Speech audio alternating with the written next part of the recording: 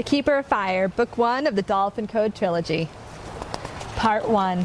Chapter 1. The World. It was dawn when Deiji of Mount Odell awoke from her pleasant dreams of the sea. She smiled and shoved aside the threadbare coverlet and threw her feet to the dirt floor of the hut. She hurried towards the door, stopping briefly to peek at her ailing mother, who was still asleep. The girl ran outside, not wanting to miss the sunrise, and sprinted across the cool green grass. The fresh dew was heavy that morn, and the hem of her sodden nightdress slapped sharply against her ankles. Deiji laughed loudly as she stopped at the edge of the cliff. "Wandelan siam miha," she sang out to no one, and she lifted her arms to rejoice in the sunrise, the burning white sun with its luminous edges that lit up the valley below, bringing the distant trees of the deep forest into daylight. Rarely was she free from her stiff, old-fashioned, fat, and ultimately proper Aunt Missed, who constantly pushed her towards becoming a well-mannered and virtuous young maiden. Missed, who kept her on a short leash and governed the girl carefully. Missed, the short-tempered spinster. In fact, her aunt had left the farm the evening before to search the royal courts of Nigh for a profitable marriage arrangement for Deiji. In these troubled days, the worth of a bride, a young and healthy bride, had nearly tripled, making any young woman unafflicted by the fever eligible as a tool to gain some wealth for her family. The small farm that they lived on wasn't producing enough to support them, and Dejai's mother Jay needed a frequent doctor in her illness. As much as they strained in labor to draw the fruits from the earth, the money simply didn't exist. The courts of Nigh were over 100 miles away, on the southern tip of the unknown world.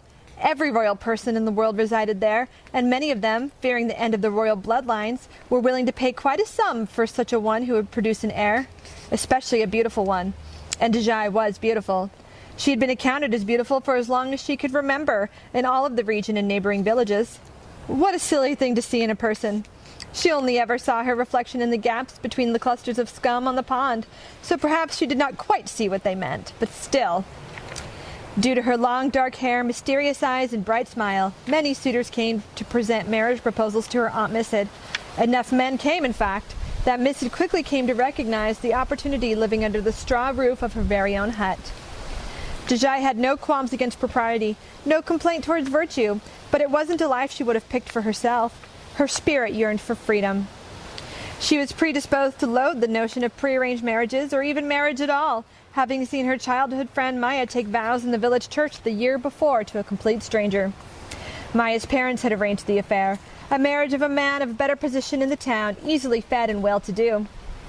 Maya had seized the life eagerly and with good cheer, for she had waited with an intense patience for such an arrangement, and had played out many silly daydreams that Deiji found tiresome. She was able to live in the neighboring town of Sartika, and her husband was master of that whole region. With her new allowance, she was able to care for her family, who remained behind in Odell village. Deiji waited in fear and displeasure for her turn. Her aunt had taken Deiji and her mother in after her father had died of the mysterious illness. Jay was already in the first stages of sickness when they moved from the base of the mountain to the middle. Deiji had been 7. On this new dawn, she drank in the fresh early morning air, a renewal to her very soul. She stretched up on her tiptoes, letting the wind tease her rough, unbrushed brown hair. She turned and walked back towards the hut and skipped a few small stones across the top of the green pond they used to water the livestock. After the ripples faded, she went into the barn to prepare feed for the animals. The day passed uneventfully as usual. Deiji worked around the property, smiling sometimes in her daydreaming and humming an idle tune. Around noon, she looked up from where she knelt, pulling weeds from the lettuce bed. She quickly examined a few of the wilted heads inside. Brushing the dirt off her hands, she headed into the hut to check on Jay. "Ma, how are you doing?" she asked as she entered quietly. She helped her sit up in bed to drink from the basin. Jay swallowed once, twice, then sat back against the headboard, her eyes closed. Her nose and mouth were lined by flaky red scabs, the telltale sign of the fever victims. "I am only tired, Juju," she said softly and coughed a little. Deiji stood to go. "Wait!" Jay's eyes opened suddenly. She frantically flailed her arms around, trying to get a hold of Deji's wrist. She quickly set down the basin, and water sloshed onto the dirt floor. "Mother, what is it?" She sat down next to the writhing woman and took her hand. "My child, your name. Never forget your name." "Okay, Mother," Deiji replied, nodding. This was not unusual. Jay often launched into a flurry of senseless words and instructions in her delirium. At times it could be quite scary. Deiji, however, was ultimately sympathetic. She was aware of the effect of the victims of this great plague and had heard rumors of it having spread as far as Rint City. "Whatever happens to me, just don't forget," her mother gasped. "You have an important name. It is your middle name, Jay. It is my name. Her voice faded away and she moaned, her head falling to one side. Her eyes fluttered and closed. She was asleep. "Okay, Mother," Deiji whispered, and she kissed her forehead gently, picked up the basin, and left. The Nigh Court. Misid Nanku stood before King Jabhadson as a group of doctors and herbalists shuffled out of the grand entrance hall of the Nigh Court. "She is the daughter of my deceased brother, Your Highness," she explained to the elderly king. The wide door closed behind them with a bang that echoed throughout the hall. "That is well. I have heard rumors of her astounding beauty." "A vision from heaven, my lord," she answered slyly. "And is it well that she be so far from her family? The consequences of no dowry state that after our agreed purchase fee there will be a cut in ties. You will be unable to depend on her for support or food during famine." "It is well, my lord." Her smile grew slightly. As she bowed to show her graciousness, her eyes caught sight of an older, thin man lurking in the shadows off to the right-hand side of the throne. He was watching her and listening intently. "Then we are agreed," King Jabhadson said sharply, catching her attention. 100 emeralds, square." Misid flushed with pleasure, and she could barely speak forth the words. "Agreed." Taliah stepped out of the shadows. "Please, sire, may I?" The king nodded and waved him forward. Misid's eyes shot from the king to this new man with uncertainty. "I need to know," Taliah said gruffly, "about this girl." "Yes, good sir." Misid sank into a curtsy. "She is 16, talented in her work, extraordinary in her embroidery." "Please," Taliah sneered, cutting her off. "I don't need the seller's pitch. Just tell me she is better looking than you, milady." Misid stood as if she'd been slapped, and her expression froze, then darkened. "Why, yes, indeed she is." She stared at the weathered man's face for a moment. "Quite," she added coldly. Taliah smirked for a moment, then his expression turned serious. "Then we have much to talk about. Tell me of her family, her history. Tell me all you know of her." Mount Odell. Over the days while her aunt was gone, Deiji tended to the 2 pigs, 3 chickens, and the donkey. She drew water for the washing, cared for her mother, and went into the nearby village to buy a bit of bread for Aunt Missid's return, as was the custom. With her basket on her arm and her shawl around her shoulders, she set out one morning on foot. She enjoyed her weekly walks to the village because it was a peaceful, inspiring walk, and she savored the time alone. From the ridge that wound down Mount Odell, she could see for miles around, even a tiny sliver of the sea, which always made her smile, for she had never been to the shore. Glancing into her purse, she saw the monies Missid had allotted her for food and medicine during her absence. She had but 3 white pearls and 2 black ones. Most of it would go towards the medicine for her mother. There would be hardly any left for the bread. She sighed. Odell village was nestled into a little crook in the green valley below, and the snow-capped mountains of the eastern ranges that loomed above them seemed to reach the heavens themselves. Mount Odell was a quiet volcano, and though smoke often loomed out of its top, it remained silent. Looking out above the lush green tree line, she saw a falcon rise up and farther still, until he was nothing but a speck in the sky above. "I wish I could be up there with you," she said wistfully, envious of his freedom. As she lowered her gaze, her eyes caught sight of something black and ominous clinging to one of the mountains across the valley. She shielded her eyes against the sun and peered at the thing. It was a deep black, and she could almost make out 2 wings folded at its sides. Her heart began to pound as she thought of what this creature might be, what it could mean. She blinked, and it was gone. She scanned the skyline and the mountaintops, but there was nothing. Maybe it was a dragon, she thought excitedly. An odd girl in her time, she spent much of her childhood years eagerly listening to the village elders and other townspeople tell folk stories of centaurs, elves, and merpeople. She loved these tales and ideas of this mystical world they spoke of, and well she knew there were undiscovered parts of this world. It only seemed logical there could be undiscovered peoples as well. The unknown world was a thing they were aware of in its existence, but not of its content. No one seemed much interested in fording the longest river and venturing into the deep forest. Rumors of terrifying social separatists, barbaric heathens who ran amok, were the common explanations given to those who questioned. But Deiji imagined she knew. She believed that all the mystical creatures in the stories that were so amazing were there, on the other side of the river. Where a better place for them to be than on the other, quieter half of the divided continent? And where would the stories come from anyhow, if they had no basis in fact? Deiji was constantly poring over the world maps, sloppy as they were, in the blacksmith's shed. She spent much of her childhood memorizing its simple geography. She had many questions about its uncompleted half, more questions than answers given. The blacksmith humored her for the most part, and even let her have a go with his carefully crafted swords sometimes. But most of her questions were left unanswered, silenced angrily by those around her, and after emerging from the frustrated frenzy of childhood, she stopped asking. But secretly, she still wondered. There was a kind of hope in it, a hope that maybe she was right, and the world of Nigh held more than anyone knew. Deiji smiled at this thought as she made her way down the mountain, watching the falcon return to earth. She paused at a nice flat spot on the trail and opened her basket. Digging to the bottom, she pulled out a scrap of her father's old leather coat. Wrapping the piece around her arm 3 times, she held it out and let out a wild screech that echoed across the valley. The falcon answered, playing their little game. Looking up, she saw him spiral downward until he was near her. He circled her a few times suspiciously, as if ensuring himself that it was, in fact, Deiji. The falcon slowed and swooped onto her outstretched arm. "Hello, Polk," she laughed and stroked his feathered breast with 2 fingers.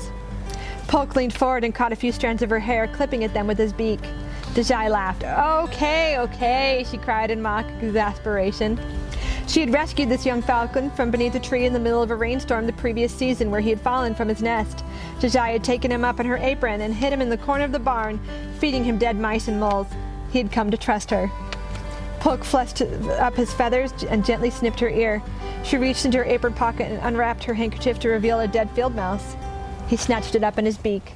Just then, something to the left of the trail moved and she saw a flash of red. A tall feminine figure in robes of green slipped from a brushy goat trail onto the path.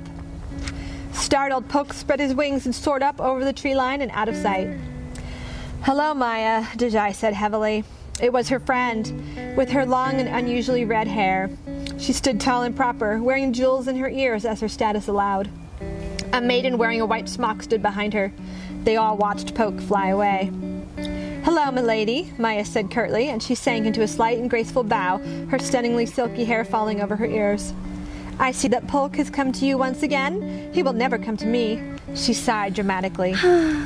"We're old friends," Deiji said tolerantly, tucking the leather strip back into the basket. She honestly wasn't sure if she was referring to Maya or the falcon. "Are you on your way to the village?" Maya asked pointedly. The girl in the apron cleared her throat. Deiji glanced at Maya's escort, who was staring politely at the ground, and she sighed inwardly. Since the day her parents had signed the betrothal papers, Maya had become quite proper, embracing and observing all social niceties eagerly, as was fit for her new station. When they were children, they had run about these hills and villages in all manner of disregard and messiness. They had both loved to laugh. Even when Deiji moved up the mountain, they had still maintained their friendship, enjoying little adventures and make-believe stories about dragons and the Pegasus. And now, 10 years later, things had changed. Deiji wasn't sure if it were for the better. "Yes," Deiji said finally, breaking out of her reverie. "I am." And seeing Maya's somewhat indignant glance, she continued in haste, and much in her own defense. "My Aunt Missit is due back from her journey sometime this week. I am buying fresh bread for a meal upon her arrival. Are you going to the village as well?" "No, I am not. I am off to see my brother at my former residence before the noon sun shines. He has the fever." "Oh, my best wishes for his health," Deiji replied courteously, but inside her heart nearly broke for her friend, and for the realization she could not outwardly show her compassion. "I thank you, milady," Maya curtsied briefly. "My best to your mother," she added. "My thanks," Deiji bowed and turned to go. "One would think," Maya called back haughtily, stopping Deiji in her tracks, "that one would dress a bit more carefully the month when they are about to make their debut into society." She looked Deiji up and down, her lip curled in distaste.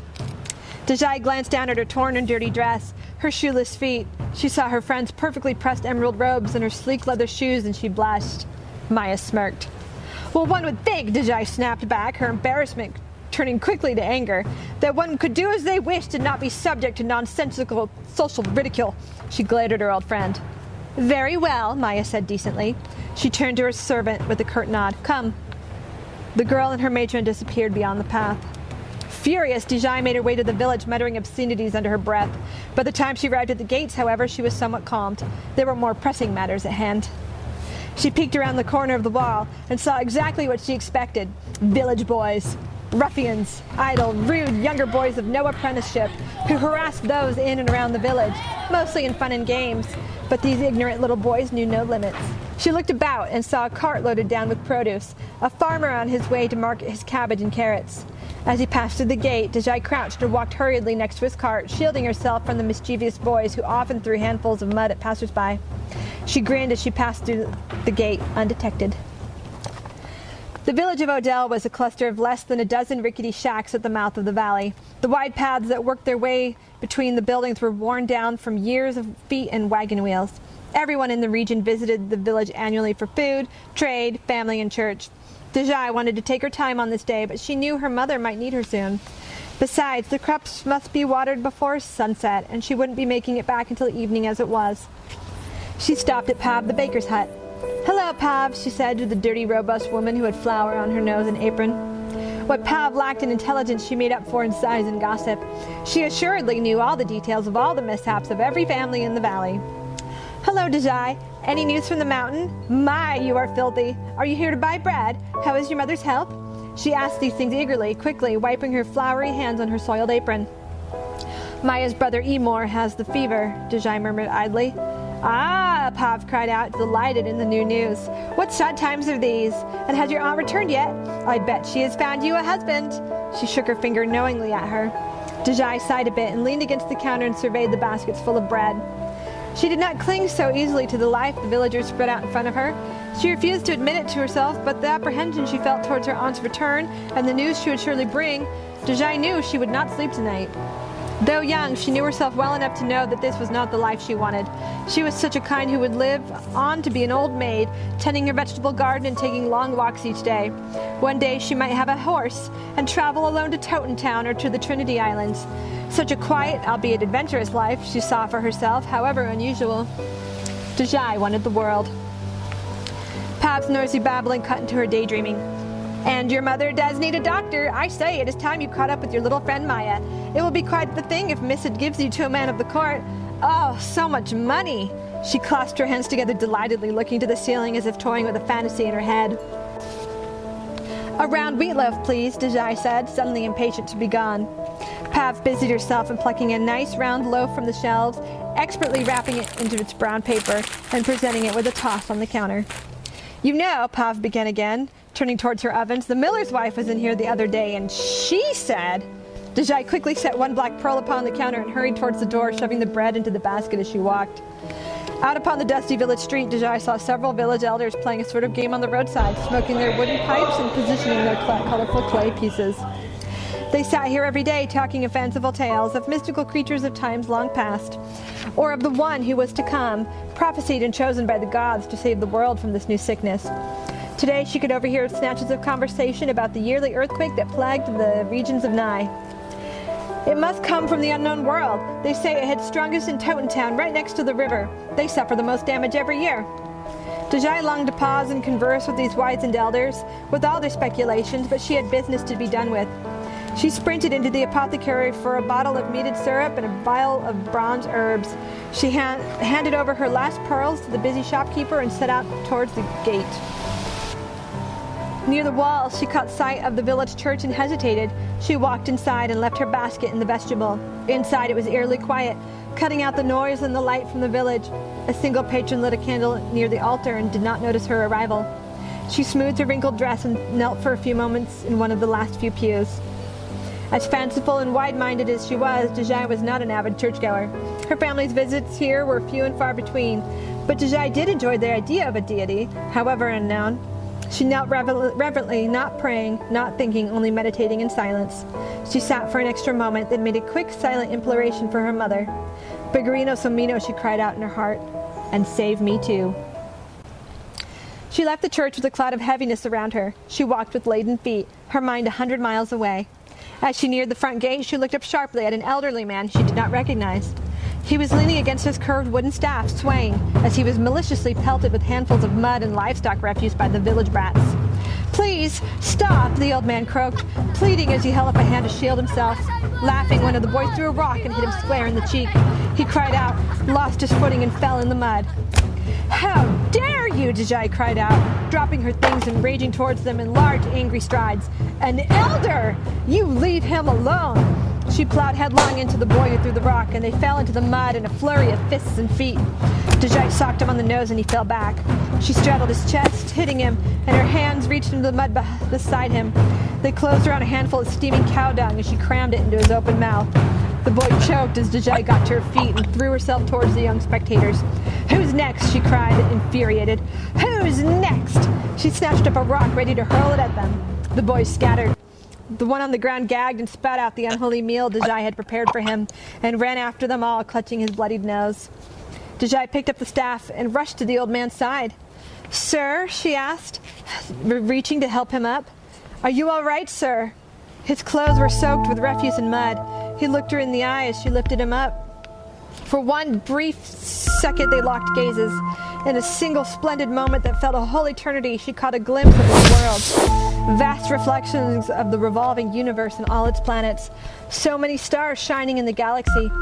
She was caught up in a moment that felt centuries long.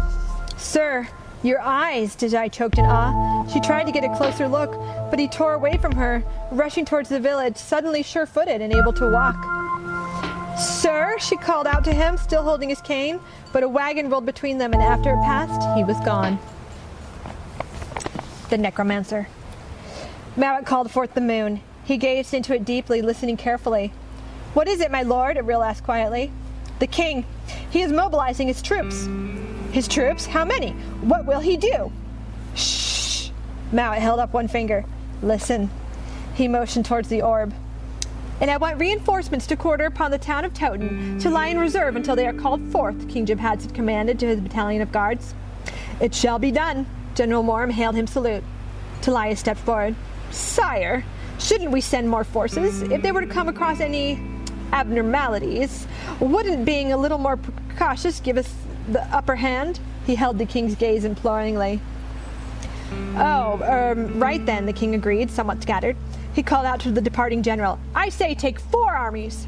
Talia stood back as the general gave salute, smug and proud. To the deep forest, my lord? To the deep forest, the king confirmed. Mowat frowned at this vision. What would it mean? Why are they going into the unknown world? The dolphin asked with great consternation.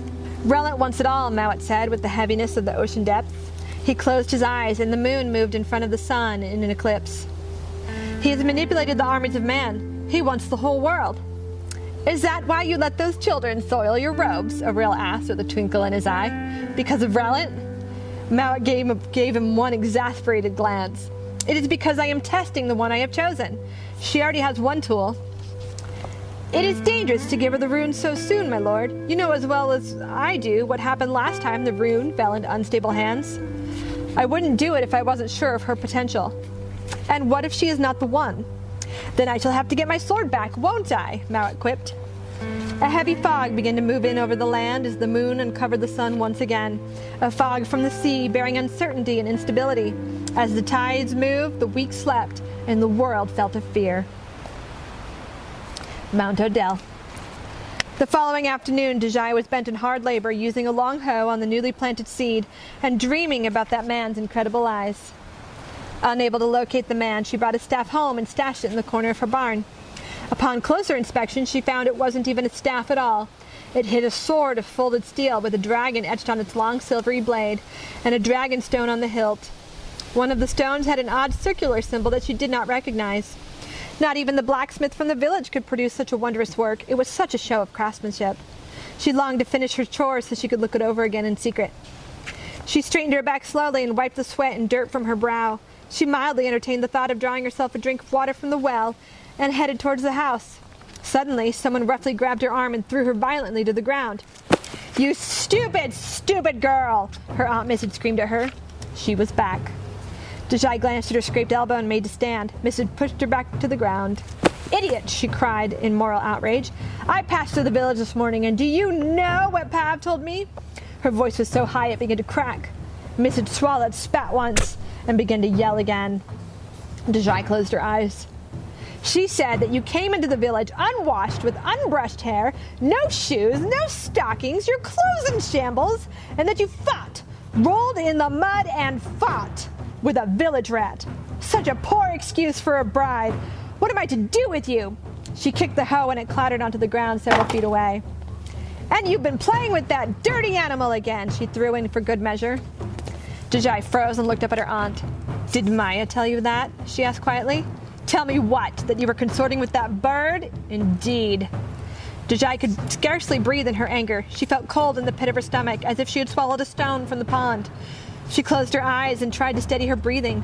Deiji twisted her legs so that they remained beneath her, and she fell forward onto her palms. I am sorry, Aunt Missid. I will never do such a thing again.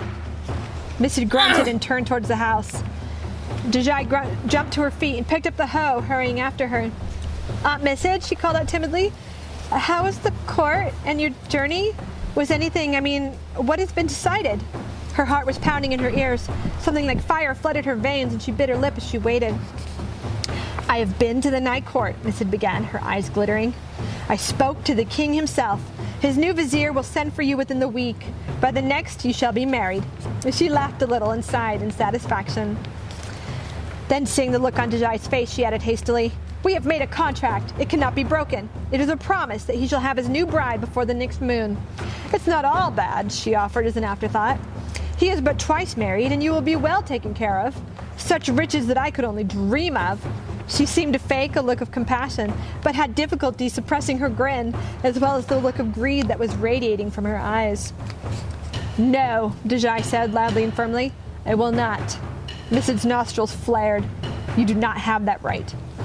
No. The Vizier Talias will be sending for you soon. I suggest you pack your things and start acting appropriately. He will be expecting a lady. You marry him then, Deiji cried in desperation and fear. Missid's jaw was set and she said nothing. They stood glaring at one another. I have chores to do, Deiji spat nastily, and she turned away, swinging the hoe up and over her shoulder. Missid rushed after her and wrestled the hoe away, shoving Deiji to the dirt once again. She leaned over and grabbed the girl's neck roughly and hissed at her with years of built-up resentment. Listen to me, you clod! Are you a fool?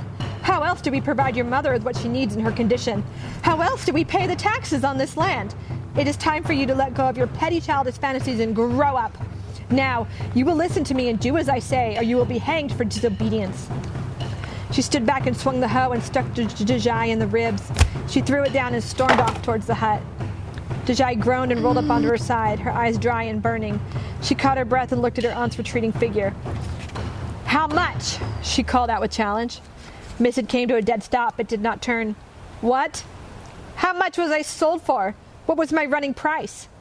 Her aunt turned and smiled slyly, then walked inside without uttering a single word. For the next hour, Deiji stood beside the pond, throwing stones into the murky green water, her mind turning over options to escape, each more unlikely than the next. I'm not going to do this, she said to herself with conviction again and again. She knew her aunt watched all that she did from the window, and this was unbearable. Maybe it would be good, she thought finally, trying to convince herself. Mother would be well, I would be taken care of. I wouldn't even be compelled to labor. I might even get to see new parts. We may even take our wedding trip to the Trinity Islands, as do all the wealthy, and I could see the ocean for the first time. She tried to smile, but could not. She was filled with a sudden desire to flee and leave all behind. Oh, she cried out in her longing. What if I do leave? I could run away, join the separatists on the other side of the longest river, and be free of this. I could venture into the unknown world. It would be so beautiful, though my mother would surely die. She tossed a stone in lightly and watched until the ripples faded. As the water became still, her eyes caught the slight shine of silver in a dot of red. She peered closer, her heart caught in her throat. Silver? And was that a ruby? A single ruby was worth well over 200 white pearls. Her thoughts turned over rapidly as she considered. To care for her mother, she might be able to gather the courage to turn the silver bit over to her aunt and then run for it.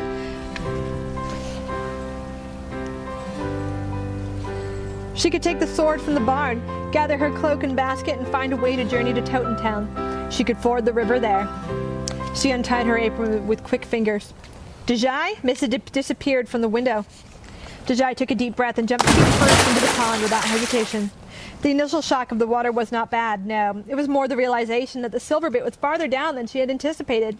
In any case, it felt good to be underwater, and she swam deeper. It must have been a trick of the water, Deiji thought, as the journey down seemed endless. She fought the urge to surface to breathe and dive again. It was clear that Missid was waiting for her at the top. She could almost see her standing there at the pond's edge, hands on her chubby hips, waiting to punish her the moment she came up. I'm already going to be in trouble for getting messy as it is, she thought. Straining and paddling farther down, she felt around for the metal. Her fingers touched slimy rock and moss, and then something smooth and cold to the touch. She had it. Gripping it firmly, she pried it from the crack into which it was wedged and swam to the surface, the plan becoming set in her mind. Suddenly, something slapped against her leg so hard, she could not at first feel it, and then it began to burn. It was hot, and it stung as it snatched her leg and began to drag her down. Deiji knew an incredible mixture of terror and amazement in that moment, for she knew what it was, but had no idea one actually lived in her pond, or really existed for that matter. It was a bala, a creature from the tales of old, a large benthic creature that used its long suction tentacles to drag prey into its small tooth-lined mouth. Alive. As it pulled her to the pond depths, Deiji cursed herself as she struggled. She saw the murky green fade to black, and she knew she must be near the bottom. Kicking and thrashing about, she was incredibly desperate for air and had to deny herself as her mind commanded her to breathe. So this is the end, she told herself with bitterness. Maybe it is better this way. She knew Pa would be recounting tales of her willful suicide, at least for a few weeks, or until another drama unfolded. Missy would moan of her polluting the pond with her rotting corpse, and then stories of her would fade into the background, remembered only in a few pitiable, simple sentences or two. Deiji felt like she was going to cry. She hadn't cried since she was 6 years old, 2 days before her father died, the day they realized he was going to die. Back in the first days of the fever, before anyone discovered that it was not contagious, quarantine was a standard practice in the homes of those plagued by the sickness, and they separated those who were ill.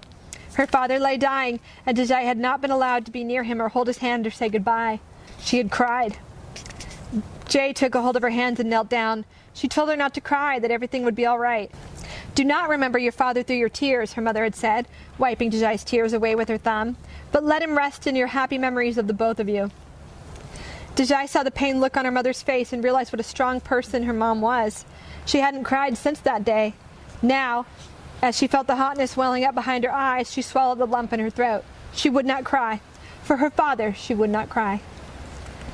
Deiji felt her foot scrape against a sharp edge, an edge she felt sure was the bala's hungry mouth. A distant idea surfaced, and she realized this creature was actually real, and if it was real, the stories were true.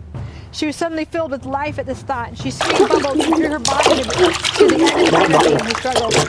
But nothing came. No teeth, no pain. There was a swift tug on the creature's end, and she was pulled through the water quickly, her legs and arms flying loosely behind her. And then, miraculously, she broke the surface. She floundered, gasping for air, and realized that she was not on the surface of her pond. She seemed to be in an underwater cave, a little pocket of air large enough to admit her head, shoulders, and a little more. She gripped the sides of the rock frantically, the pads of her fingers digging into the grooves. She was aching and exhausted, but happy to have air. Astoundingly, the bala had let her go. It was dark here, but strangely enough, a dim light shone from the necklace she clutched in her hand. It grew steadily brighter, and she frowned and looked up at the tiny cave that surrounded her form. Trying to ignore pangs of claustrophobia, she focused on breathing steadily. She glanced around herself and above. What am I to do? She debated silently with herself whether to go back under and try to seek out the surface, but she was severely disoriented and frightened. What if this was her holding place? What if the bala was harvesting her for its hibernation and had one tentacle standing guard, ready to strike her if she should move? That is how it was always described in the stories. Terror knotted her gut, and she vomited a little water. She took a deep breath and leaned her head against the rock. Then, something brushed her leg. Deiji gasped and frantically tried to pull herself from the water, her head banging against the rock, her fingers scraping raw with the effort. Suddenly the thing that had touched her, surfaced, sending up a watery spray. She screamed and choked on water as she floundered. When she sank underwater, she got a good look at what it was. It was gray, with a long body that ended in fins. Its domed head had a long and narrowed snout. A dolphin, she sputtered, lifting her head for air, both relieved and amazed. She had only heard of these creatures described in the stories of the elders, and she had seen the little pictures they sometimes drew. Protectors, they were called, guardians of the seas and rivers, known to rescue those who couldn't find their way through the waters.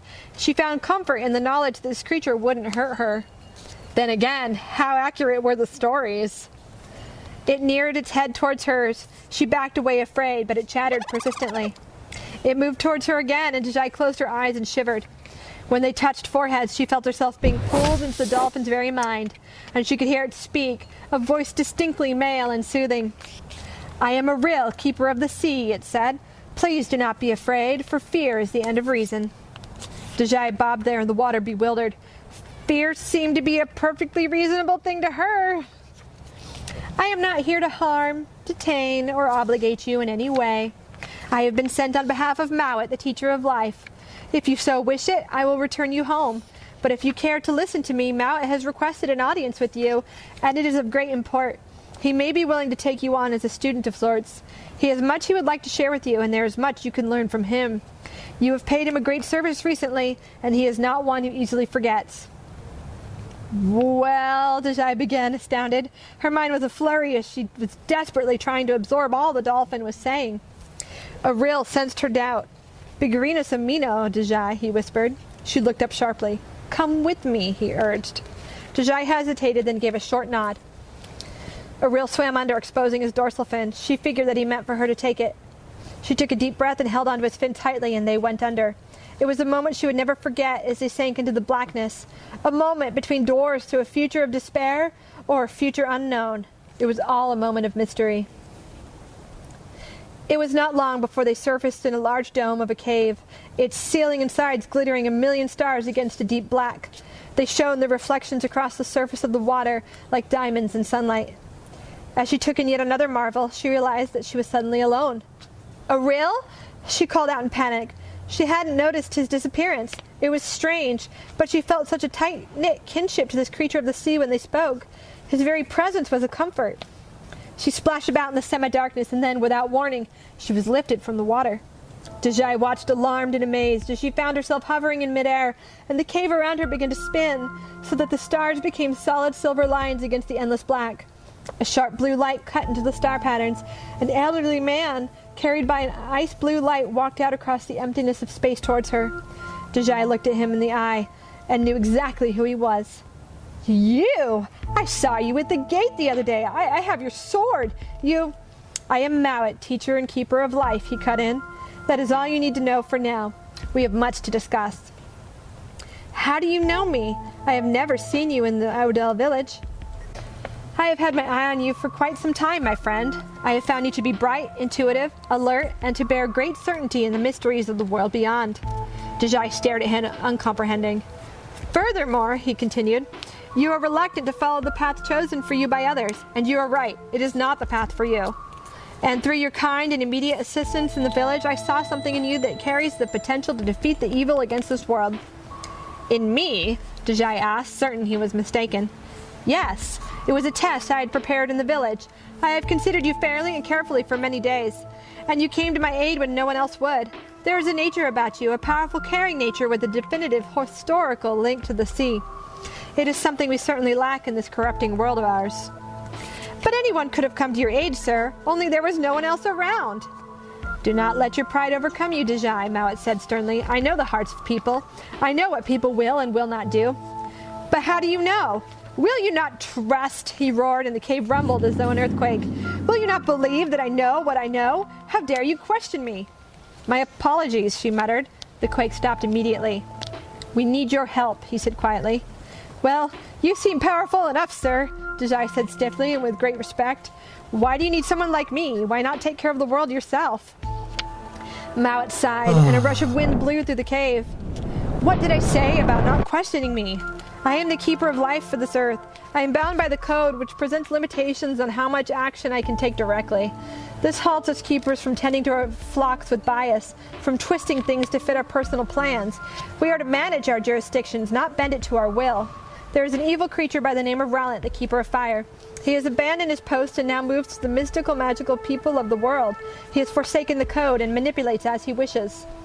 "So there are creatures like those in the stories?" "Yes, like a Real, and there are many others. Your world is divided, Deiji. It must be reunited, for man and mystic must face each other at last and join together to fight.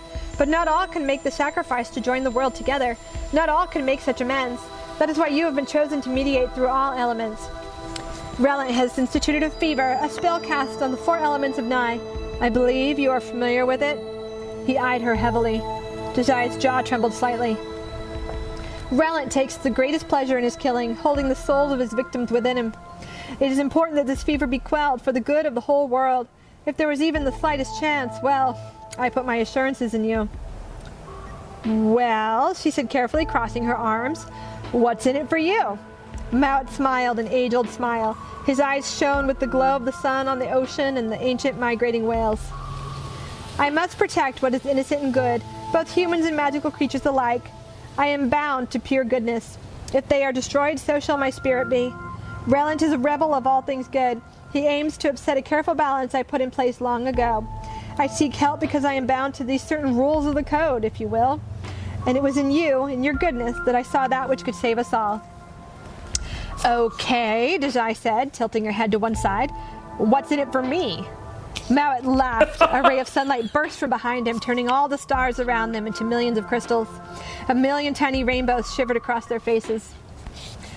Aside from what it will teach you personally, for I say you have much to learn and space to grow, if you break each spell by facing Relant's guardians, then the world and everyone in it will be rid of this fever. If you face what the rest of us cannot, then the world can be reunited. A new era will begin. Deji drew her eyebrows together in consternation. Are you saying this plague is because of this Relant creature? That is what I said, he nodded gravely. If you do this and succeed, all those affected by this illness will be restored to full health, as well as those who have lost their lives to it. There was a long silence. Her jaw dropped. My mother, my father, she gasped. She could not say it out loud. She thought of her beloved father in his grave, of her ailing mother, and she was filled with a vengeance towards that which could now be in her control. On top of these things, he continued, I will grant you your personal freedom, free of all social obligation. Once you have seen the world and understand your place in it, you may choose any life that you please, and I will send you there. And no one, nay, not a single soul, will judge you harshly for your decisions. And am I to see the world? If you accept this, can you accept these courses of actions I present to you? Furthermore, will you? Deji nodded, fighting tears again. This was it, Figurino Samino, the way. She felt a swell of pride and fear as she realized what her life might be and with what purpose. Many innocent people were relying on her choices. What must I do? She asked with seriousness. You will reunite the world. I will move you to 4 specific locations around the world of Nigh, where you must face 4 of Relant's creatures, the guardians of that element's spell. With each passing day, you will encounter hardships, struggle through trials, and accept new concepts that will further mold your character and give you strength. You now know Aril. Deji nodded shyly. Aril will come see you at the end of each element to give you further instruction. Just focus on the task at hand once you've spoken to him. There will be many difficulties and hardships ahead of you if you do this. It is quite likely that you may die. This is not just some fantasy I've conjured up, it is quite real. You must remember that, it's important. His expression was curious, questioning. Was it doubt? Deji couldn't be sure. She shook it from her head and nodded, taking it all in. Do you see the medallion? Deji looked down at her hand where she still clutched the silver bit that she had pried from the rock so tightly it had dug into her flesh. Drops of blood spilled into space, dissolving into nothingness. It was a silver amulet set into a large circular bit with 4 stones on the edges, and the larger one in the center as black as the space around her. One was a ruby engulfed in engravings of flames, an emerald tangled in vines, a sapphire in river waters, and a sparkling diamond amidst clouds. You will wear this pendant always, Deji. When Aril is near, it will remind you. He gave a mysterious smile, and then his tone turned serious. She remembered the pendant's glow and grinned. Are you sure you consent to this? Deji nodded. Then I purge you through fire. Desio Ferula, Mowat commanded. What, now? The stars and the teacher faded away, and Deji found herself lying in ocean waves.